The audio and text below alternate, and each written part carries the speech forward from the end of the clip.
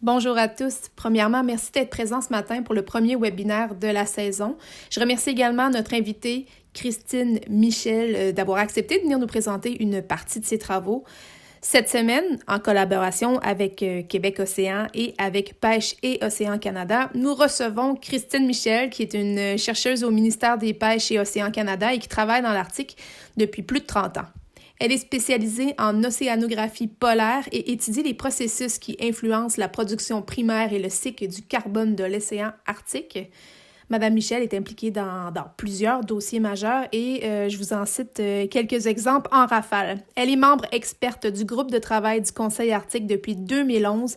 Elle a participé à l'élaboration de plusieurs rapports. Elle dirige actuellement le chapitre sur les écosystèmes marins du rapport sur les préoccupations sur le climat. Elle est également représentante canadienne sur le groupe expert sur les écosystèmes marins du Comité international de la science arctique.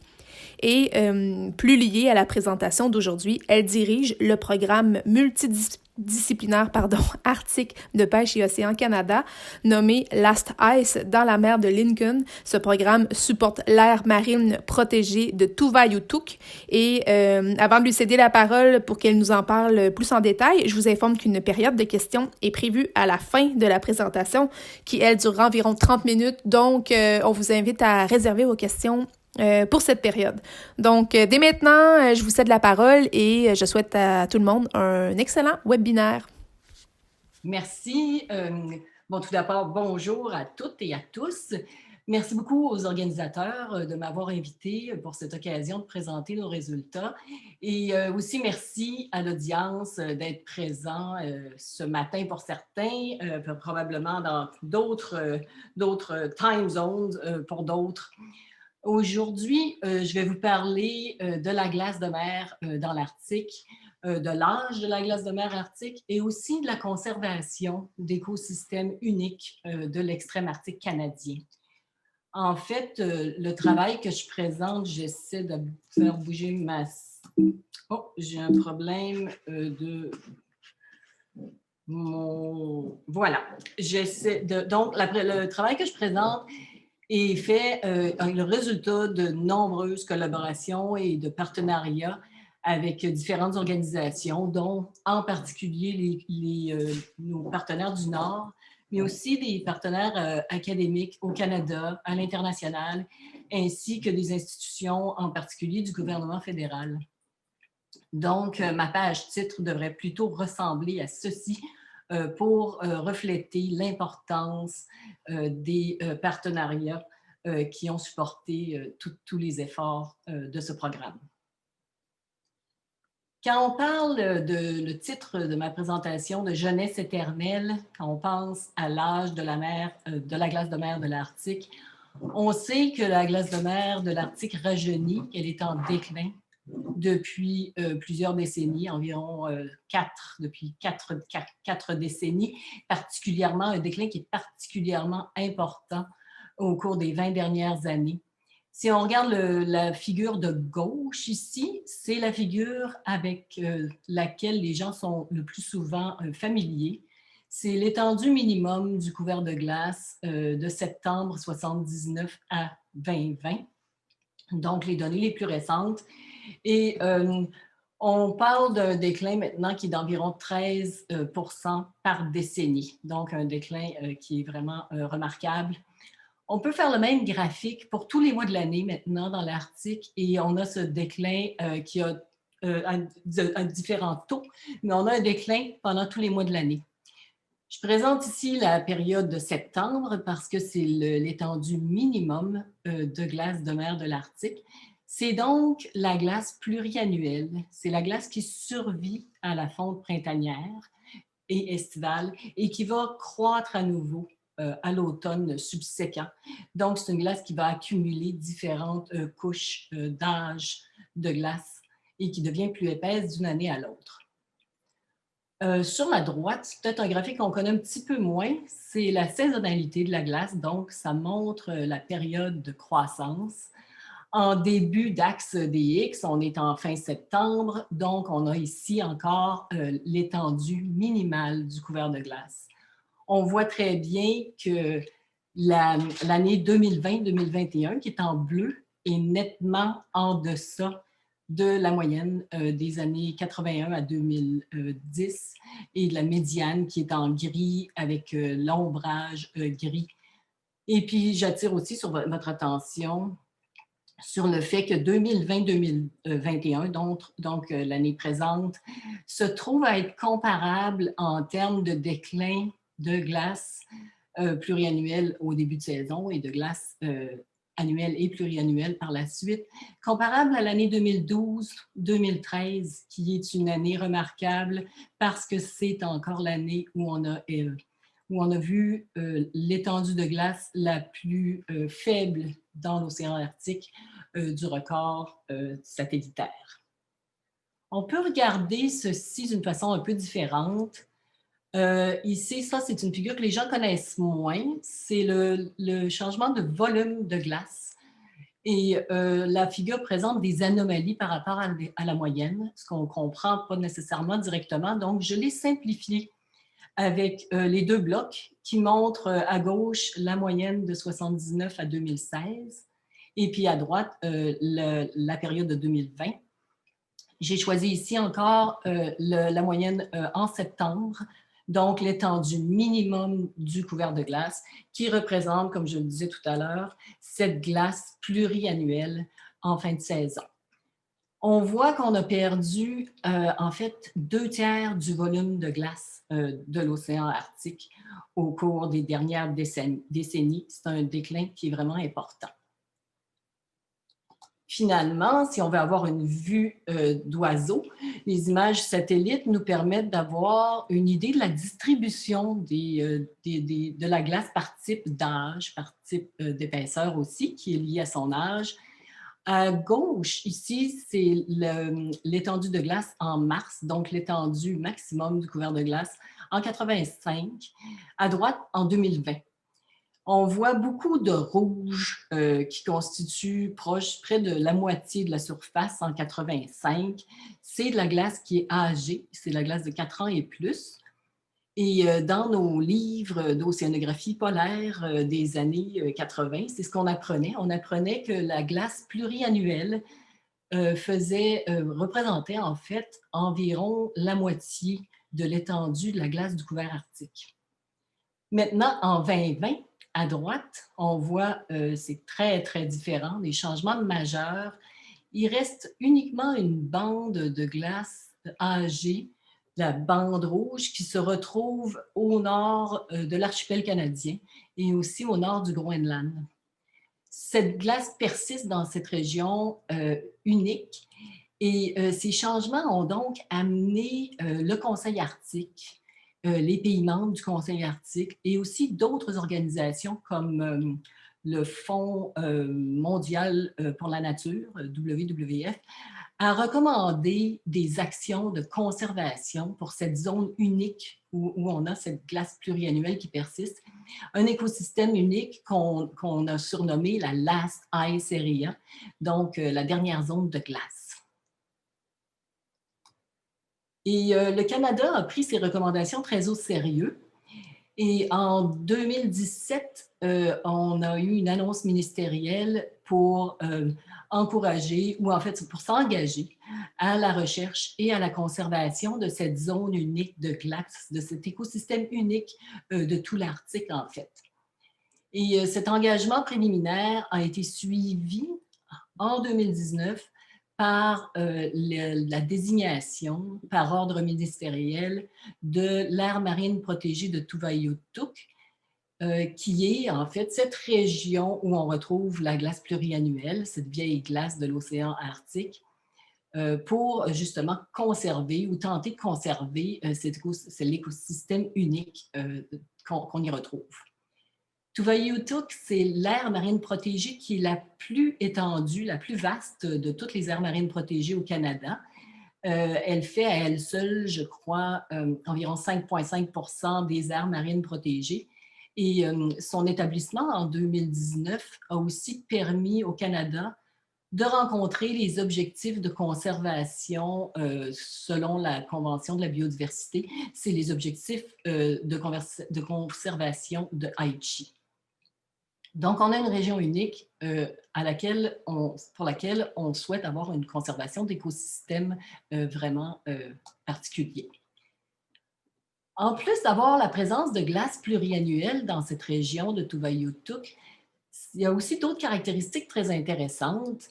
C'est tout d'abord une région qui est très, très peu connue. C'est une des régions, si ce n'est la région la moins étudiée de l'océan Arctique, en grande partie, en fait, à cause justement de cette présence de glace très épaisse qui rend encore plus difficile d'accès cette région qui est déjà éloignée. Donc, une région où on a vraiment très peu d'études.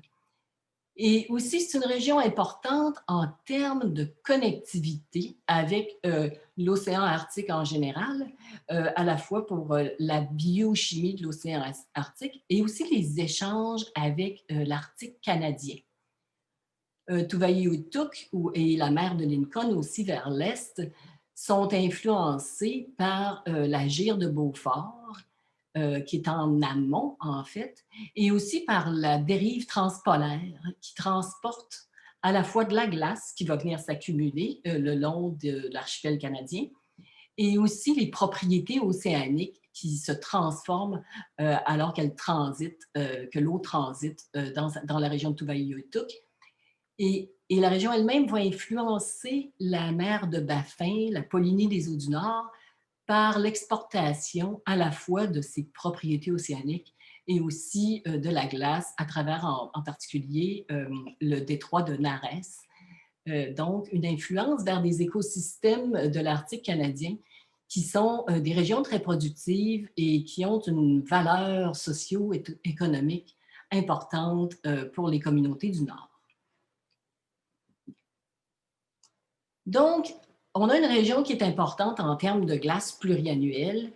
Bon, c'est très intéressant, mais est-ce que ça a vraiment une importance si on se pose la question, OK, il y a des changements, une transition de l'Arctique, du couvert de glace arctique, d'une glace pluriannuelle vers une glace saisonnière? Quelle est vraiment l'importance de ce changement? Ici, en fait, Mathieu Ardina et Kevin Arrigo ont publié récemment ce schéma synthétique qui est très élégant et qui montre d'une façon simple la réponse des écosystèmes marins au changement climatique et au changement en particulier dans la glace. Ici, on peut voir que les changements dans la glace pluriannuelle vont influencer à la fois d'une manière directe et d'une manière indirecte les écosystèmes marins de l'Arctique. Directement, on pense par exemple à des changements dans les mares de fonte. Ce sont les melt ponds ici. Je n'ai pas pris le temps de traduire le schéma. Et on sait que les mares de fonte sont plus étendues lorsqu'on a un couvert de glace saisonnier. Et donc, ça augmente la transmission de la lumière vers l'océan et ça favorise le développement de floraison phytoplanctonique sous le couvert de glace. Donc, le développement de floraison phytoplanctonique en présence de glace. Ce qui change, en fait, la saisonnalité de la productivité primaire, de la production primaire dans l'océan Arctique. D'une façon indirecte, la fonte de la glace pluriannuelle va influencer les processus de mélange et de stratification des eaux de surface qui, eux aussi, sont impliqués dans les processus de production pour la disponibilité des nutriments, par exemple, et qui sont aussi influencés par les vents qui, lui, va agir sur le mélange dans des conditions où on a un couvert de glace qui est diminué. Donc, à quoi ça ressemble un changement de glace pluriannuelle vers une glace annuelle ou saisonnière? La photo ici, c'est une photo aérienne du couvert de glace saisonnier dans l'archipel canadien.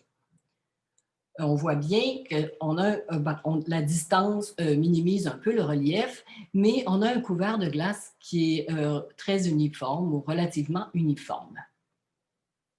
Si on compare avec le couvert de glace pluriannuel, Cette photo est prise à Tuvalutuk, c'est le couvert de glace pluriannuel de la région. Une photo vaut 1000 mots. On voit ici une grande diversité de textures, de structures, des crevasses, des crêtes de glace, des accumulations de neige par endroits.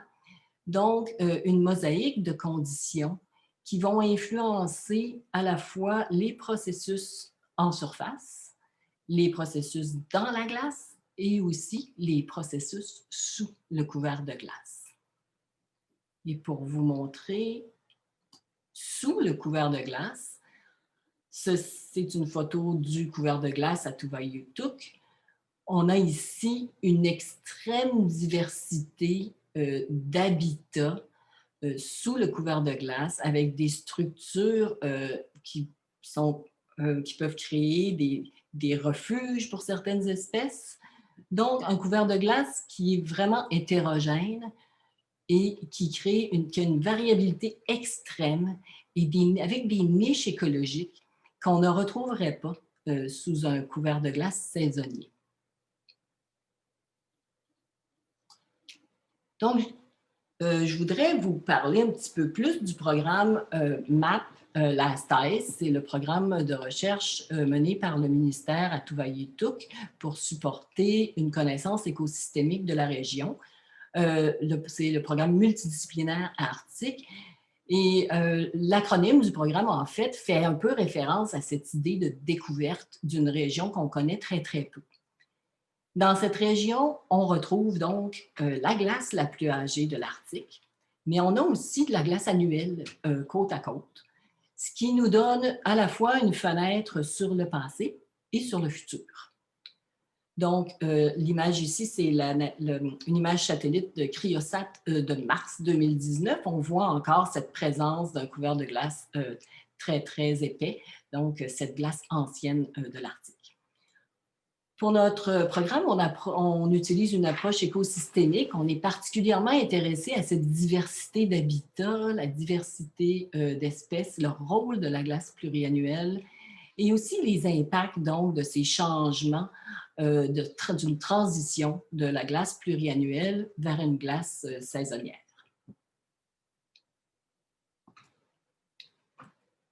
Le programme, en fait, est basé, on a un programme de terrain printanier, un échantillonnage printanier qui est basé sur un camp de glace établi au large de la base militaire de Alert. Et pendant cette campagne printanière, on fait un suivi, un échantillonnage des composantes à la fois atmosphériques, des composantes de glace annuelle donc, et pluriannuelle, en parallèle, et aussi des composantes de l'océan. On parle de composantes physiques, biologiques, chimiques.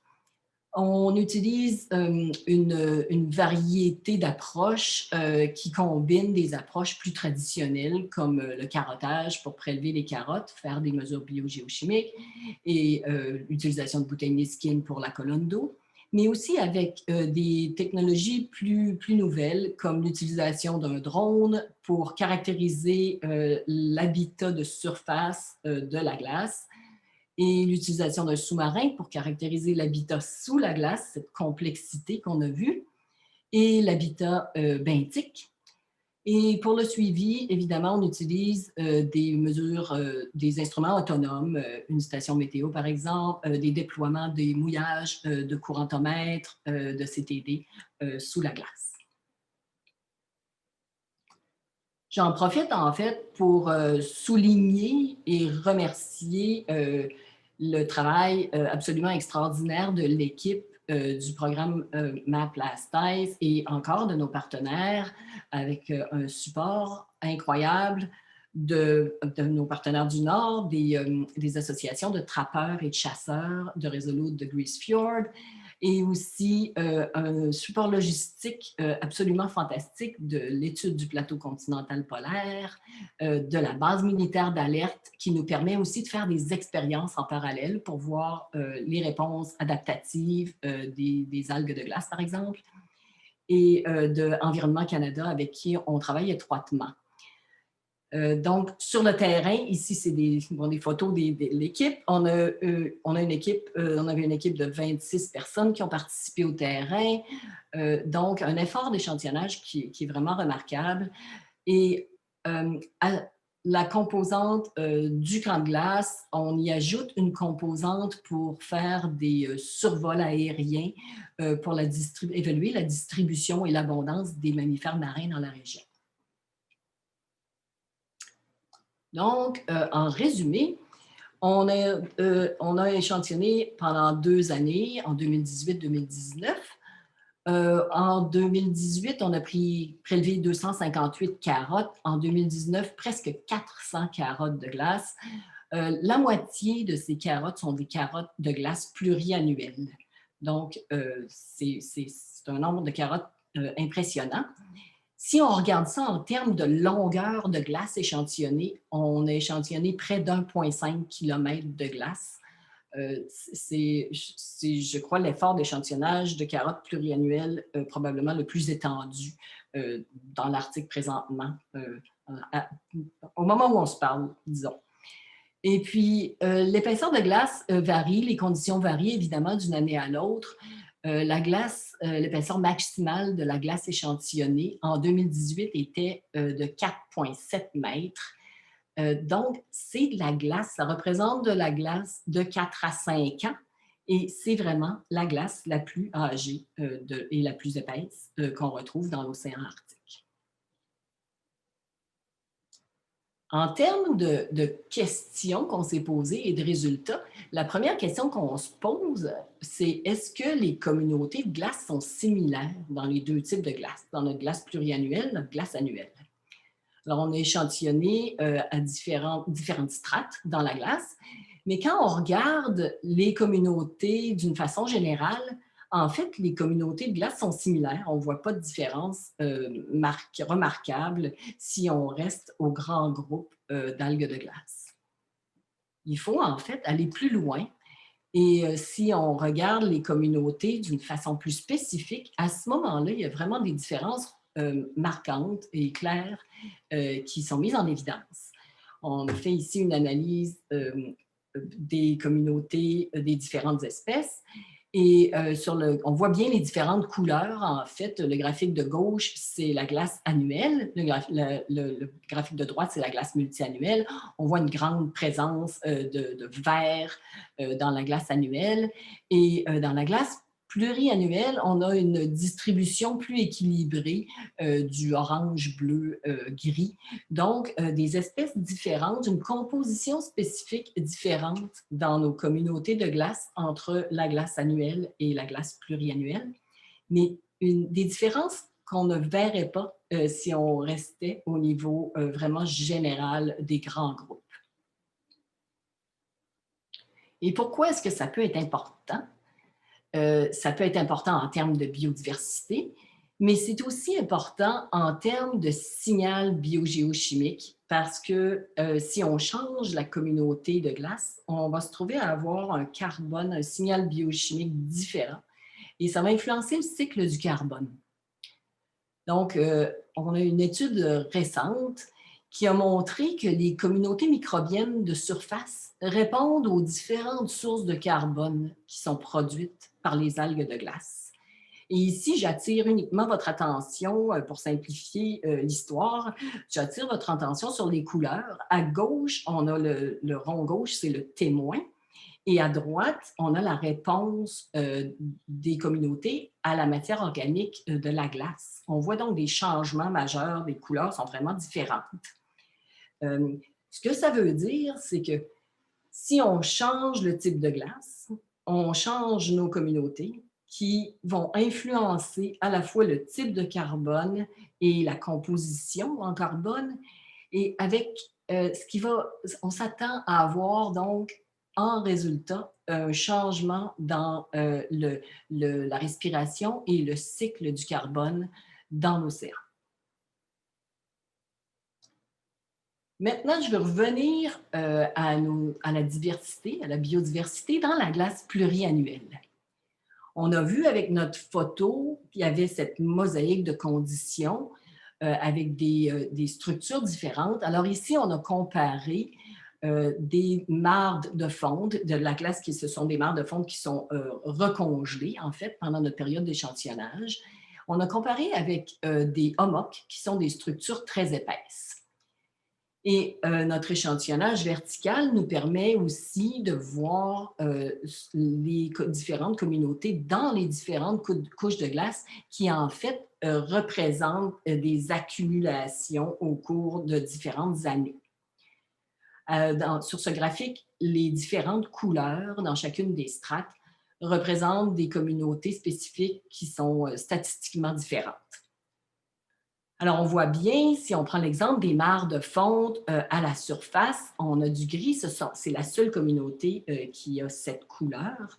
Dans ces mares de fonte, dans la glace regelée, on retrouve une dominance de chlorophyllée, ce qui est lié à la présence d'eau douce dans les mares de fonte.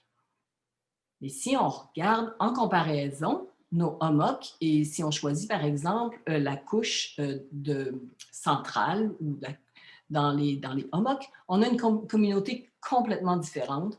On a une dominance de diatomée avec une variété de groupes.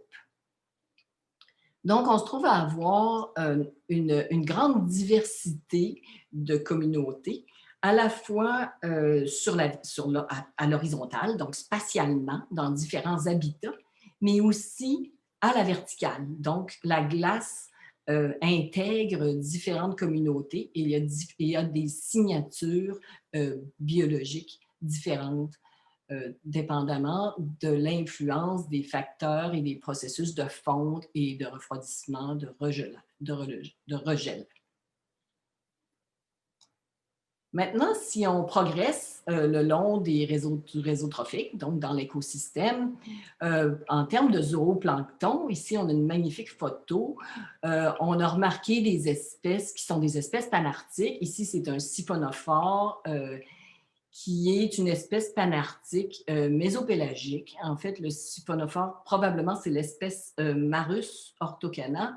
L'individu ici faisait environ 1 mètre de long. C'est une espèce qui déploie des tentacules pour, en fait, pêcher ou attraper, comme un filet, pour attraper ses proies, qui sont des sténophores, des méduses et même possiblement des copépodes. Sur l'image, on voit bien que notre siphonophore ici, il a efficacement son filet et lui permet de vraiment efficacement attraper, capturer des sténophores. On est intéressé au transfert de matériel et à voir les signatures lipidiques pour tracer l'origine du matériel vers les réseaux trophiques supérieurs. Ici, en espace réduit, on a une analyse de signatures lipidiques pour différents groupes de zooplancton et différentes espèces. Chaque point est un individu. Et on a remarqué un signal, on est capable de délinéer, en fait, un signal de glace très clair par rapport à un signal pélagique ou détritique. Le signal de glace, dans ce cas-ci, ce serait le coin supérieur gauche avec le gamard par rapport à un signal pélagique qui serait le coin supérieur droit avec le sténophore. On n'a toutefois pas réussi à délinéer le signal de la glace pluriannuelle par rapport à la glace annuelle. Et c'est possiblement lié au fait que, justement, il fallait aller quand même assez loin dans l'identification des espèces pour voir une différence entre ces deux types de glace.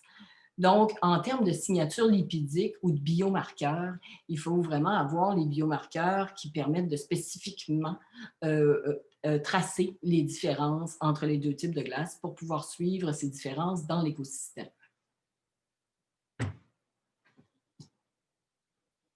Au survol de Bentos, maintenant on passe au fond. ont montré, on a été en fait surpris de voir une abondance et une diversité d'espèces benthiques. L'image ici a été prise avec le sous-marin autonome de l'Institut Alfred Wegener en 2018. En 2019, on avait notre propre sous-marin. C'était notre première année. Nos photos sont un petit peu moins claires, donc j'ai choisi celle-ci. Mais on a trouvé le même genre de communauté. J'appelle cette photo le jardin de crinoïdes.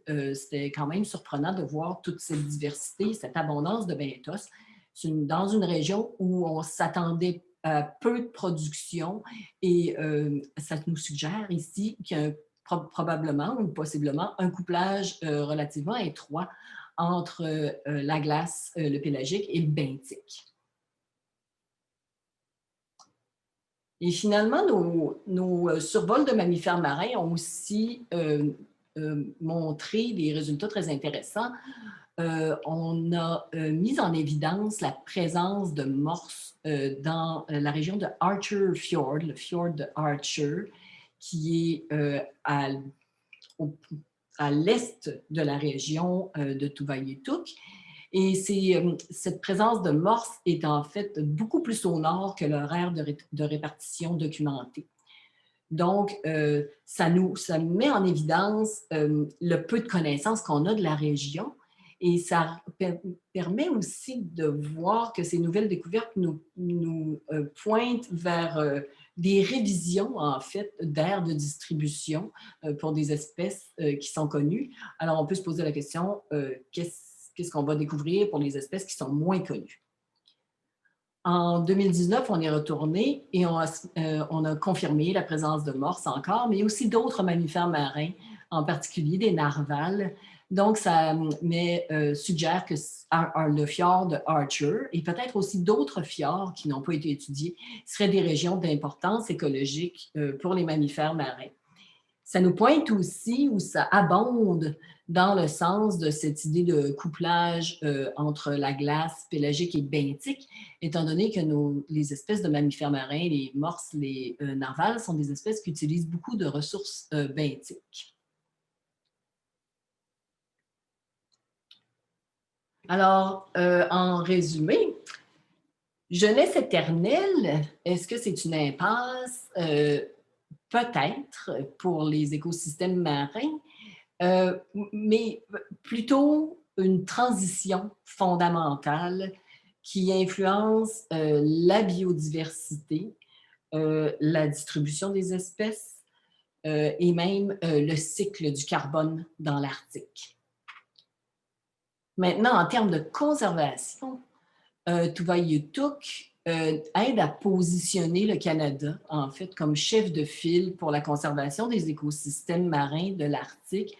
Et ceci, c'est aussi dans le cadre d'un réseau panarctique d'aires marines protégées qui est à la fois recommandé et en développement par le Conseil arctique. On se trouve avec une région qui est encore très peu connue. La très vaste majorité de l'écosystème de Tuvalutuk est encore méconnue. On commence seulement à effleurer la surface. Le travail qu'on a fait est localisé dans le temps, dans l'espace. Et donc, on a des évidences d'écosystèmes qu'on ne connaissait pas du tout, d'espèces qu'on ne connaissait pas. Donc, il y a encore beaucoup à faire pour comprendre l'importance de cette région, à la fois pour l'Arctique au complet, mais aussi son influence sur le reste des écosystèmes arctiques au Canada. Et la science du programme MAP Last Ice et la continuation et le suivi de l'écosystème ainsi que l'intégration des connaissances et des priorités des Inuits est vraiment essentielle pour informer les plans de conservation de Tuvalutuk et aussi en connexion avec des régions, d'autres régions d'intérêt et d'importance socio-économique pour les Inuits, dont la Polynésie des eaux du Nord, la région de Lancaster Sound, qui est aussi une aire marine de conservation. Et je vous remercie beaucoup de votre attention et je suis ouverte aux questions. Merci, Christine, pour cette excellente présentation, puis surtout des photos fantastiques. Pour tout le monde qui n'a pas fait de terrain l'année passée, c'est beau de voir un peu de neige, un peu de glace dans le nord. J'encourage tout le monde à soumettre leurs questions ou lever la main. Je vais commencer, moi. Pour le projet, est-ce que c'est planifié de continuer ça dans les prochaines années ou est-ce que c'est planifié d'être là, peut-être pas cette année, mais dans le timeline était quoi? C'était un projet de plusieurs longtemps ou? Oui, donc la durée, c'était originalement, on a reçu, c'est ça, suite à l'annonce ministérielle de 2017, on a lancé le programme, donc un programme de terrain en 2018-2019. On devait avoir une autre année jusqu'à l'année d'échantillonnage l'année dernière, donc en 2020, qui a été annulée due à la pandémie. Et puis maintenant, on prévoyait reporter pour 2021. Les chances sont faibles. On travaille encore pour essayer de faire un programme plus petit, si on est capable d'y aller. Et donc, on prévoit continuer, puis on espère établir un suivi à long terme et aussi essayer d'étendre à d'autres régions, connectées avec d'autres programmes aussi, en mer de Beaufort en particulier, mais s'assurer qu'on ait un suivi à long terme. Donc, présentement, on a une demande au Conseil du Trésor, en fait, pour continuer le programme à long terme dans l'optique de cette conservation d'écosystèmes du Haut-Arctique pour assurer qu'on a un suivi écosystémique puis qu'on suit bien les changements qui se passent. J'ai parlé un peu de connectivité aussi. La connectivité avec les glaciers de l'île d'Ellesmer est importante. Donc, on veut essayer aussi de comprendre comment les changements dans les glaciers de l'île d'Ellesmer vont influencer la région. Donc, oui, on espère continuer pour plusieurs années, mais disons que la pandémie a mis une pause sur plusieurs activités de l'Arctique récemment. Jean-Ric a une question. Jean-Ric? Oui, bonjour. Est-ce que vous m'entendez? Oui. Super. Ben merci d'abord beaucoup, Christine, pour cette superbe présentation. Peu d'entre nous ont la chance d'avoir travaillé aussi loin au nord, puis c'est vraiment des beaux résultats fascinants. J'avais une question pour toi en termes de biodiversité. T'as évoqué évidemment quand on regarde les carottes de glace, puis on fait des divisions par grands groupes, on voit pas vraiment de différence. Quand on descend à une analyse un petit peu plus fine, là, on voit qu'il y a une dominance de différents groupes. Ma question, c'est, on dit souvent qu'avec la perte de glace multiannuelle, on pourrait avoir une perte de biodiversité. Est-ce que c'est vrai, selon toi, ou si on descend encore à une analyse plus fine, ce qu'on voit, c'est les mêmes espèces, mais qui sont représentées, je dirais, dont les proportions sont différentes dans les deux types de glace, où il y a vraiment des espèces qui sont présentes dans un type de glace, donc dans la glace multi-annuelle, qui sont pas présentes dans la glace de première année, puis qu'on perdrait carrément là, si cette glace-là disparaissait? C'est une bonne question. La réponse courte, c'est je pense qu'on n'a pas encore la réponse. On fait des analyses aussi génétiques, de génomique pour voir ce qu'il y a dans les deux types de glace, les communautés microbiennes. Il y a eu quelques autres études qui montrent que la glace pluriannuelle est une espèce une banque, en fait, d'espèces qui restent présentes. Est-ce qu'il y a des espèces absolument uniques à la glace pluriannuelle? À ma connaissance, je ne crois pas que ça a été publié qu'il y a des espèces absolument uniques. Donc, je pense qu'on est encore à l'étape d'essayer de répondre à cette question-là, en fait. Je ne serais... J'ai mon opinion. Les espèces dans la glace doivent provenir de l'eau en quelque part. Donc, ce serait peut-être surprenant qu'on ait des espèces absolument uniques. Je pense on parle peut-être plutôt de conditions uniques qui permettent à ces espèces de croître plus, donc d'avoir les conditions qui supportent leur croissance, plutôt que nécessairement une perte absolue de biodiversité en nombre d'espèces. Mais la réponse n'est pas encore claire. Je pense qu'on n'a pas la réponse.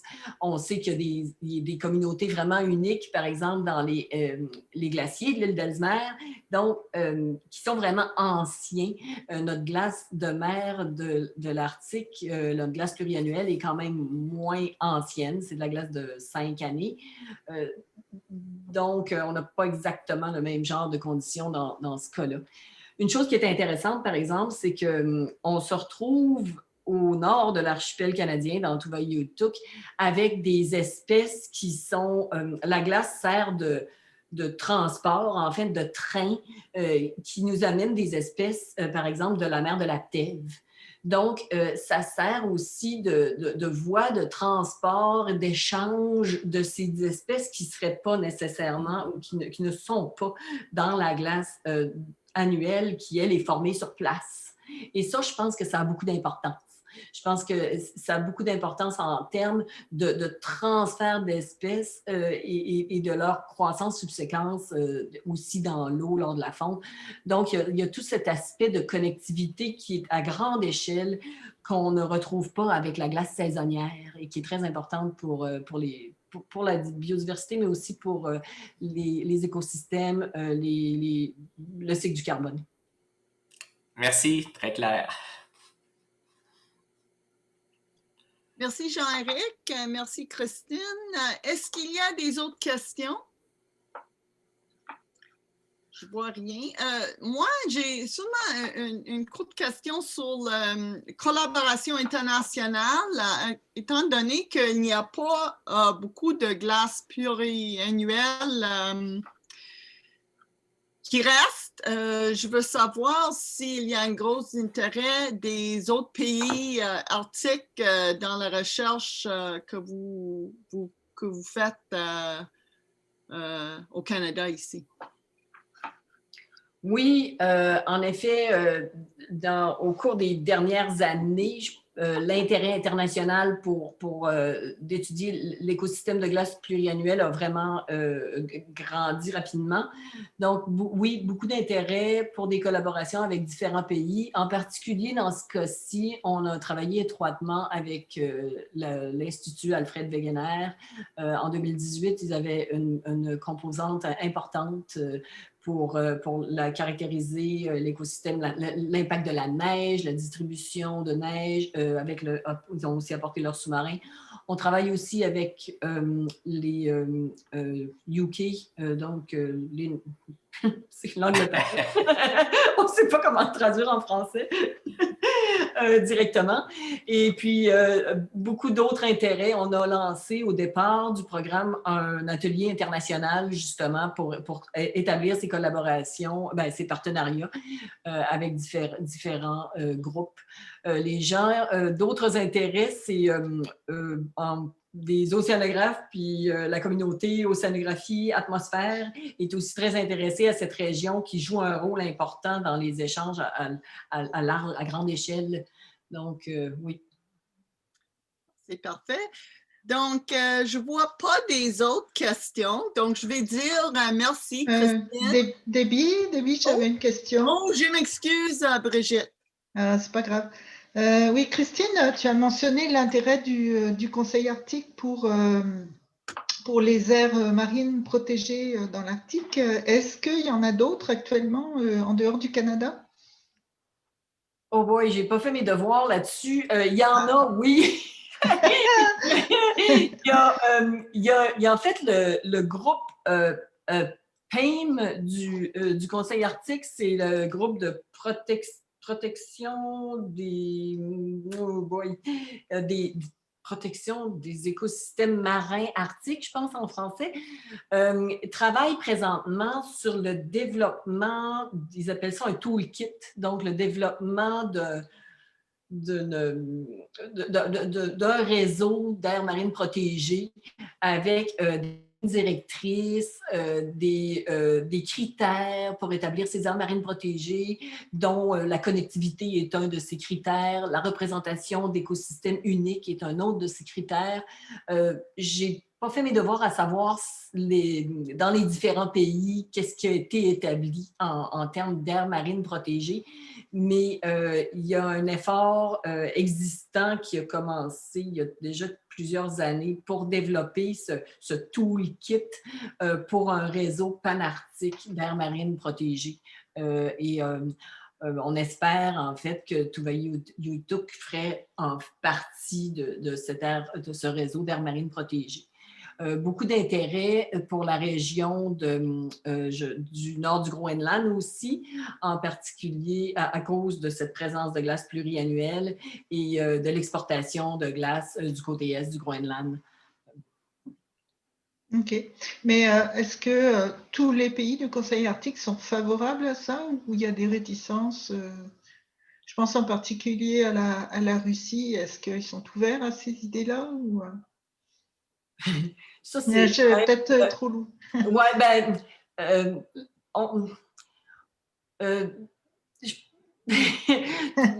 y a toujours c'est pas toujours facile ou d'obtenir les données, l'ouverture de tout le monde, que tout soit exactement au même niveau en termes de conservation, d'exploitation des ressources, de gestion, de partage d'informations. Il y a donc la Russie, parfois, c'est un petit peu plus difficile d'obtenir l'information. Ça dépend. Les choses changent beaucoup dépendamment des gouvernements. On le sait avec nos voisins du Sud, la même chose se passe. Donc, le Conseil arctique est sujet à ces tendances politiques qui varient. Même au Canada, on a notre direction politique en termes de conservation de l'Arctique ont changé énormément depuis, disons, les 5-10 dernières années. Donc, on est sujet à ces changements, mais je pense que les efforts continuent malgré les différences d'opinion ou les différences de direction. Et le Conseil arctique permet d'amener cette discussion, cette conversation, ces efforts conjoints qui nous permettent de développer au moins le umbrella, qui nous permettent de développer cette structure qui ensuite peut être utilisée par les différents pays s'ils le désirent ou non. Le Canada, c'est ça, a vraiment pris d'emblée les recommandations pour Tuvalu-Uttuk et pour d'autres recommandations aussi. Alors, le Conseil arctique ne peut pas forcer les pays à faire des choses, mais procure cette boîte avec des outils pour le faire. Ouais. OK, merci. Merci Brigitte et je m'excuse, je n'ai pas vu là. C'est pas grave. OK, donc, merci encore à Christine et merci à tous nos participants aujourd'hui à ce premier webinaire de 2021. Puis, un petit rappel que la semaine prochaine, on a un rendez-vous mercredi, le 27 janvier à 10h, pour une présentation par Pierre Lagagneux, qui va parler des nouvelles technologies pour le suivi des espèces migratrices arctiques. Donc, à la semaine prochaine. Merci encore, puis bonne semaine. Merci beaucoup. Merci beaucoup, Christine. Bye, merci.